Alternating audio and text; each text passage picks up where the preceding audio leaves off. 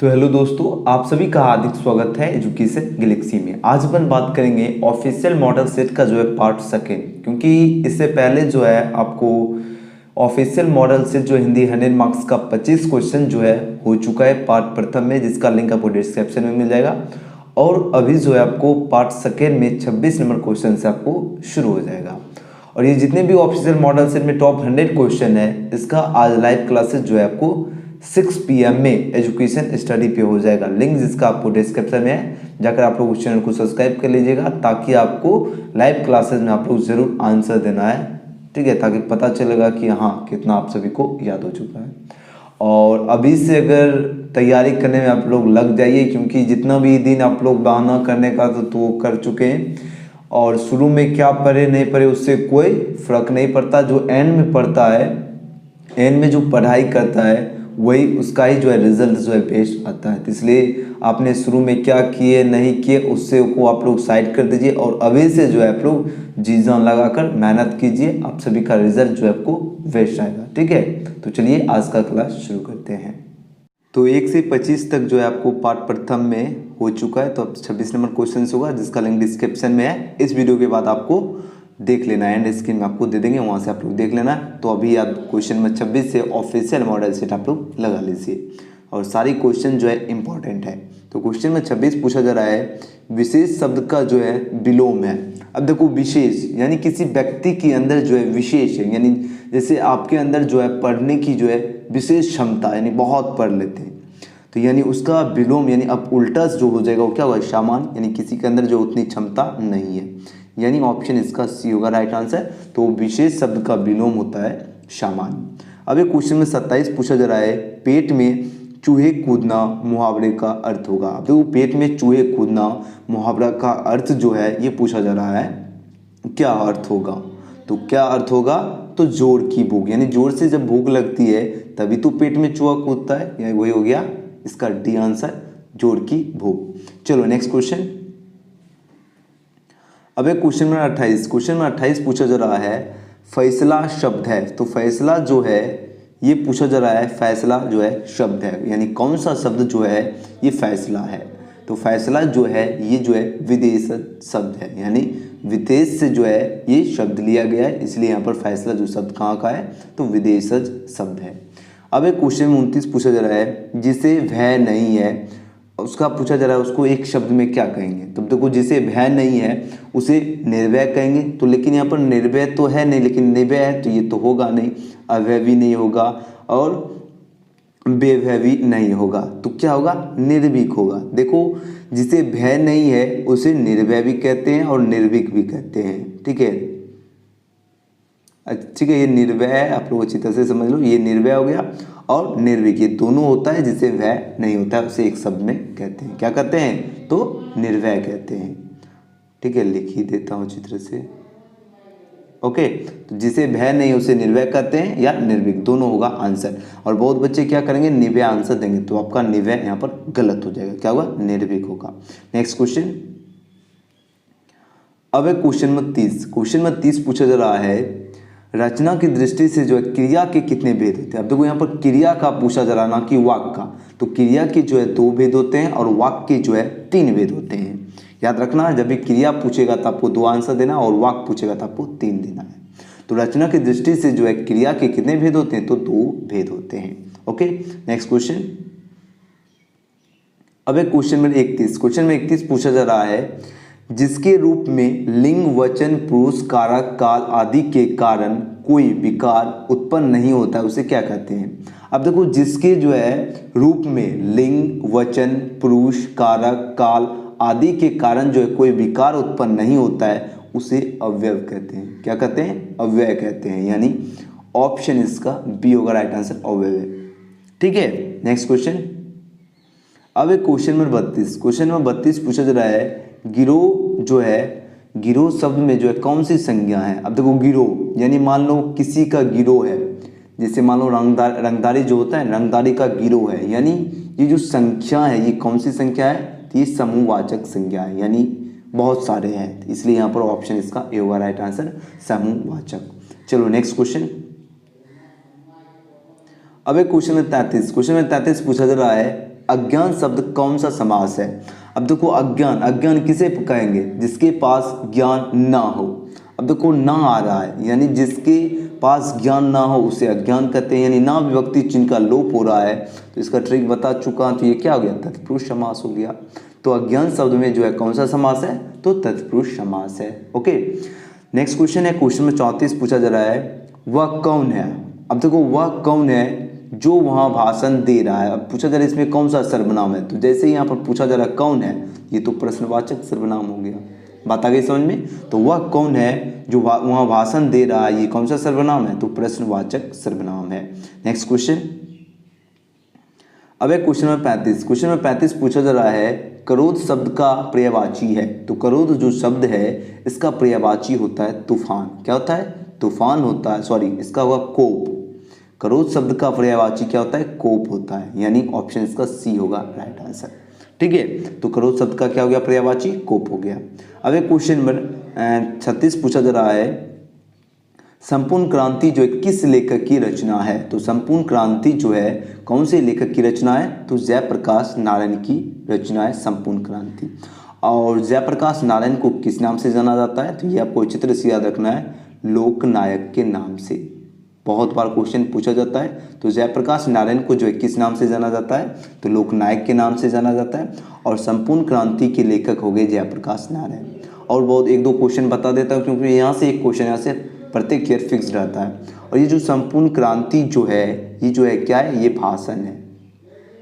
ये क्या है? ये भाषण है जो कि जयप्रकाश नारायण के द्वारा पटना के गांधी मैदान में 5 जून 1974 ईस्वी में जो है ये दिया गया था। ठीक है, कब दिया गया था? पटना के गांधी मैदान में 5 जून 1974 ईस्वी में। देखो आपको पास कोई भी क्वेश्चन मिलता है तो आप लोग क्या कीजिए, एक क्वेश्चन से दूसरे क्वेश्चन को लिंक कर लीजिए, दूसरे को तीसरे से, तीसरे को चौथे से, मतलब एक क्वेश्चन से अपने माइंड में चेन बना लीजिए, ताकि अगर वो क्वेश्चन आता है तो आप लोग तुरंत उसको रिविजन कर लीजिए, ताकि आपको आराम से सारे क्वेश्चन याद रहे। ठीक है, आगे भी आपको ये चेन जो है बहुत ही कामयाब होगा, जब भी अगर आप लोग जॉब करने जाओ या आगे की तैयारी करेंगे तब। चलो नेक्स्ट क्वेश्चन, क्वेश्चन में 37 पूछा जा रहा है, सुदृढ़ गोष्ठी जो है किसे कहते हैं? सुदृढ़ गोष्ठी जो है पूछा जा रहा है किसे कहते हैं? तो किसे कहते हैं? तो यूरोप की जो है कवि कला प्रवीण विद्वान मंडली को जो है सुदृढ़ गोष्ठी कहते हैं। किसे कहते हैं? तो यूरोप की जो है कवि कला प्रवीण विद्वान मंडली को जो है सुदृढ़ गोष्ठी कहते हैं। चलो नेक्स्ट क्वेश्चन करते हैं। अब है क्वेश्चन नंबर 38, क्वेश्चन नंबर 38 पूछा जा रहा है, लाना सिंह के भतीजे का क्या नाम था? तो लाना सिंह के भतीजे जो हैं इनका नाम था कीरत सिंह। क्या नाम था? तो कीरत सिंह नाम था लाना सिंह के भतीजे का। चलो नेक्स्ट क्वेश्चन, अब है क्वेश्चन में 39, क्वेश्चन में 39 पूछा जा रहा है, उसने कहा था कहानी में पलटन का विदूषक कौन था? आपको बहुत बारी चैप्टर में भी आपको बता दिए हैं। तो उसने कहा था कहानी में जो है पलटन का विदूषक जो है कौन था? तो वजीरा सिंह था। कौन था? वजीरा सिंह। अब देखो इस चैप्टर में ये 2-3 क्वेश्चन बहुत ही इंपॉर्टेंट है। एक तो ये हो गया, उसने कहा था कहानी में विदूषक कौन होंगे? वजीरा सिंह हो गए। और ये उसने कहा था, ये जो है क्या है? कहानी है। ये आपको याद रखना, ये क्या है? कहानी है। और इसके लेखक जो हैं श्री चंद्रधर शर्मा गुलेरिया जी हैं, उसने कहा था। और ये जो श्री चंद्रधर शर्मा गुलेरिया जी जो हैं ये किस गांव से हैं? तो गुलेर गांव से। गुलेरिया से आपको याद रखना है, ये गुलेर गांव से हैं। और ये उसने कहा था, इसमें किस शहर का जो है चित्रण है? तो अमृतसर का जो है चित्रण है, उसने कहा था। ठीक है, और इसकी जो है महानायक जो है कौन है? लाना सिंह है। इतना आपको याद रखना है कॉन्सेप्ट। अब एक क्वेश्चन में 40 पूछा जा रहा है, निम्न में से जो है कौन लेखक थियोसोफिकल सोसाइटी से जुड़े हुए थे? तो निम्न में से जो है कौन लेखक जो है यहाँ पर पूछा जा रहा है थियोसोफिकल सोसाइटी से जुड़े हुए थे? तो जे कृष्णमूर्ति जो है थियोसोफिकल सोसाइटी से जुड़े हुए थे। कौन थे? तो जे कृष्णमूर्ति थे। चलो नेक्स्ट क्वेश्चन, अब एक क्वेश्चन 41 पूछा जा रहा है, उदय प्रकाश किस पत्रिका के सहायक संपादक थे? उदय प्रकाश जी जो है किस पत्रिका के जो है सहायक संपादक थे? इस चैप्टर में अगर आप लोग पढ़े होंगे तो ये संडे मल के जो है सहायक संपादक थे। किसके? तो संडे मल के। ठीक है, तो उदय प्रकाश जो है किस पत्रिका के सहायक संपादक थे? तो संडे मेल के सहायक थे। ठीक है, नेक्स्ट क्वेश्चन है क्वेश्चन में 42, क्वेश्चन में 42 पूछा जा रहा है, शिक्षा पाठ के रचयिता कौन है? शिक्षा पाठ के रचयिता जो हैं पूछा जा रहा है कौन है? तो कौन है शिक्षा पाठ के रचयिता? तो जय कृष्ण मूर्ति हैं। जय कृष्ण मूर्ति जो है शिक्षा पाठ की रचयिता हैं। चलो नेक्स्ट क्वेश्चन। अब एक क्वेश्चन में 43 पूछा जा रहा है तिरछी कहानी जो है किस शैली में लिखी गई है? तो तिरछी कहानी जो है ये पूछा जा रहा है किस शैली में लिखी गई है? तो ये जो है आत्मकथात्मक शैली में जो है लिखी गई है तिरछी। और तिरछी के लेखक कौन हो गए? तो उदय प्रकाश हो गए। और यहाँ पर पूछा क्या जा रहा है? तो तिरछी कहानी में जो है तिरछी कहानी किस शैली में लिखी गई है? तो आत्मकथात्मक शैली में लिखी गई है। ये भी हो गया। और तिरछी जो है क्या है? कहानी है। ये भी आपको याद रखना है। अब एक क्वेश्चन 44 पूछा जा रहा है मल्लेश का मूल नाम था। तो मल्लेश जी जो हैं इनका मूल नाम पूछा जा रहा है क्या था? तो भरत जी श्रीवास्तव इनका मूल नाम था। क्या नाम था? भरत जी श्रीवास्तव नाम था मल्लेश जी का मूल नाम। चलो नेक्स्ट क्वेश्चन। अब एक क्वेश्चन में 45 पूछा जा रहा है देहरादून में अप्रेंटिस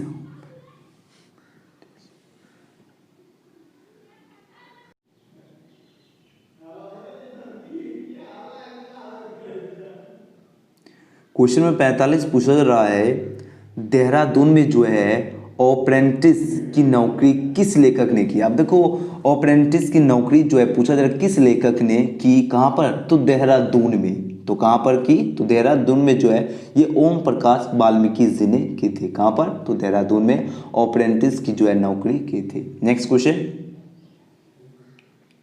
अब एक क्वेश्चन में 46 पूछा जा रहा है नामवर सिंह द्वारा लिखित प्रगीत और समाज क्या है? नामवर सिंह द्वारा लिखित जो है प्रगीत और समाज जो है ये पूछा जा रहा है क्या है? तो ये क्या है? तो ये निबंध है। यानी ऑप्शन इसका डी होगा राइट आंसर, निबंध है। तो नामवर सिंह द्वारा जो है लिखित प्रगीत और समाज जो है क्या है? निबंध है। ये तो हो गया प्रगीत और समाज के लेखक कौन है? नामवर सिंह है। और ये जो है कौन सी विद्या है? तो ये निबंध है। अब एक क्वेश्चन में 47 पूछा जा रहा है मोहन राकेश के बचपन का नाम क्या था? तो मोहन राकेश जी जो हैं इनके बचपन का नाम क्या था? तो क्या नाम था? तो मदन मोहन गुगलानी नाम था। क्या नाम था? मदन मोहन गुगलानी नाम था मोहन राकेश के बचपन का नाम। Okay next question. क्वेश्चन में 48 पूछा जा रहा है बालू की डगरों के बीच खोई सी रह गई हैं ये धाराएं जो कभी वनश्री के ढके वक्षस्थल में किलकती रहती थी। प्रस्तुत पंक्ति जो है ये पूछा जा रहा है किस पाठ की है? तो ये जो चैप्टर है ये ओ सदानिरा से जो है लिया गया है। और ओ सदानिरा के लेखक कौन है? जगदीश चंद्र माथुर जी हैं। ठीक है, आपको अच्छी तरह से याद रखना। ये जो पंक्ति है कहाँ से ली गई है? तो ओ सदानिरा चैप्टर से ली गई है। और ओ सदानिरा के लेखक कौन है? तो जगदीश चंद्र माथुर जी हैं। क्या है क्वेश्चन? बालू की डगरों के बीच खोई सी रह गई हैं ये धाराएं जो कवि वंश्री के ढके वक्षस्थल में किलकती रहती थी। प्रस्तुत पंक्ति जो है किस पाठ की है? तो ओ सदानिरा की है। ओ सदानिरा के लेखक कौन है? जगदीश चंद्र माथुर जी हैं। अब एक क्वेश्चन नंबर नेक्स्ट करते हैं 49। क्वेश्चन 49 पूछा जा रहा है जगदीश चंद्र माथुर द्वारा लिखा गया ओ सदानिरा जो है कैसा निबंध है? तो जगदीश चंद्र माथुर द्वारा जो है लिखा गया ओ सदानिरा जो है ये पूछा जा रहा है कैसे? ये तो हो गया कि ओ सदानिरा क्या है? निबंध है, जिसके लेखक कौन है? जगदीश चंद्र माथुर हो गए। अब ये पूछा जा रहा है कैसा निबंध है? तो ये जो निबंध है ये कैसा निबंध है? तो ये व्यक्ति भाव और वस्तु प्रधान निबंध है। क्या है? व्यक्ति भाव और वस्तु प्रधान निबंध है ओ सदानिरा। ठीक है, और ओ सदानिरा के लेखक हो गए जगदीश चंद्र माथुर जी। अब एक क्वेश्चन में 50 पूछा जा रहा है सूरदास जो है किस भाषा के महान कवि हैं? तो सूरदास जी जो हैं ये पूछा जा रहा है किस भाषा के जो है महान कवि हैं?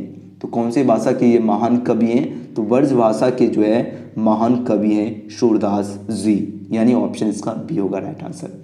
चलो 50 क्वेश्चन हो चुका है पार्ट सेकेंड में, इसमें भी 25 क्वेश्चन हो चुका है।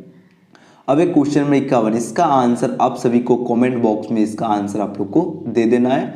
ठीक है, अब पार्ट 3 में आपका 25 क्वेश्चन और कराएंगे, क्योंकि एक साथ अगर कराएंगे तो आपको एक तरह बोरिंग जो है ना होने लगेगा, तो ये नहीं चाहते हैं। तो आपका 51 नंबर क्वेश्चन पूछा जा रहा है, दीक्षा गुरु वल्लभ आचार्य से दीक्षित होने के पूर्व सूरदास कैसे पद पर गाया करते थे? इसका आंसर सभी बच्चे, यानी कि एक स्टूडेंट आंसर अगर दे दिए, ये जरूरत नहीं है कि आप लोग छोड़ देना है, सभी को देना है, क्योंकि हम देखेंगे कि किनको किनको ये क्वेश्चन का आंसर मालूम है। और आज जो है लाइव क्लासेस एजुकेशन स्टडी पर आपका 6 PM में होगी, ठीक है, जिसका लिंक आपको डिस्क्रिप्शन में दिया गया है। आप लोग यह सर्च भी कर सकते हो एजुकेशन स्टडी, लिंक डिस्क्रिप्शन में, आप लोग जाइए, उस चैनल से आप लोग जुड़ जाइए। और आज का 6 PM में लाइव क्लासेस में मॉडल सेट आपका वहाँ पर सॉल्यूशन करेंगे, ठीक है। चलो मिलते हैं नेक्स्ट वीडियो में। और सभी सब्जेक्ट का अगर वीडियो देखना चाहते हैं तो आप लोग प्ले लिस्ट में जाकर देख सकते हैं। English, Hindi, math, biology, physics, मतलब लगभग सभी सब्जेक्ट का आपको, हिस्ट्री, ये सभी का जो है आपको प्ले लिस्ट में जाकर मिल जाएगा। तो मिलते हैं नेक्स्ट वीडियो में। Thanks for watching.